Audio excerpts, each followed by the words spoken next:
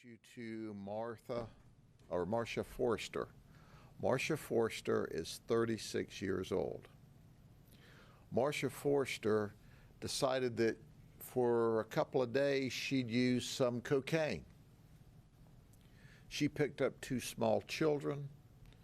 She drove to the Circle K right down the street here at 540 and Spirit Lake Road.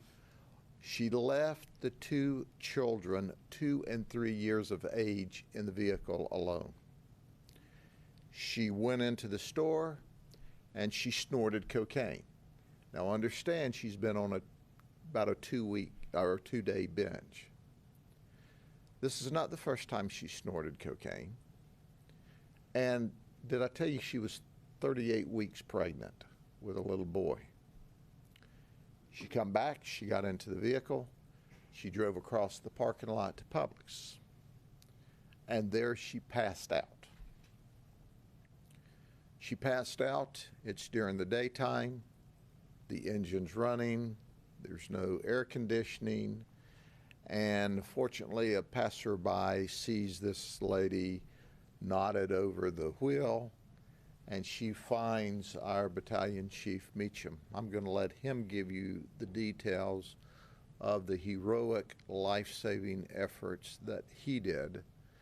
And as a result of his heroic actions, today there are 4 people alive that certainly would have suffocated in the heat within just a few minutes had he not become involved, and had we not had good Samaritans in the community to see him as he came from the public supermarkets and flag him down. I'll let him give you the details.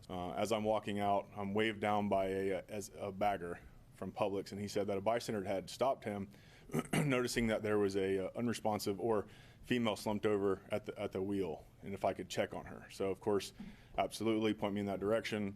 Went over there to the passenger window, noticed 2 small children that looked like they're in obvious distress, sweating profusely, crying, very upset.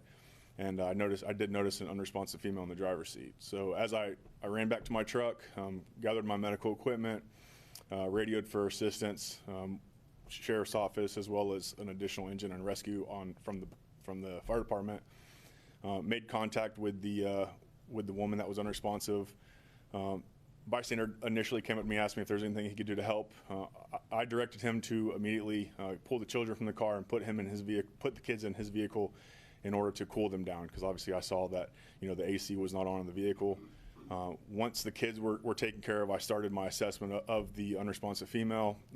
Saw that there were signs of possible overdose, opioids. Knew that I had some medication in my vehicle that I didn't typically carry. Just happened, just the way the day had started, happened to put it in my vehicle.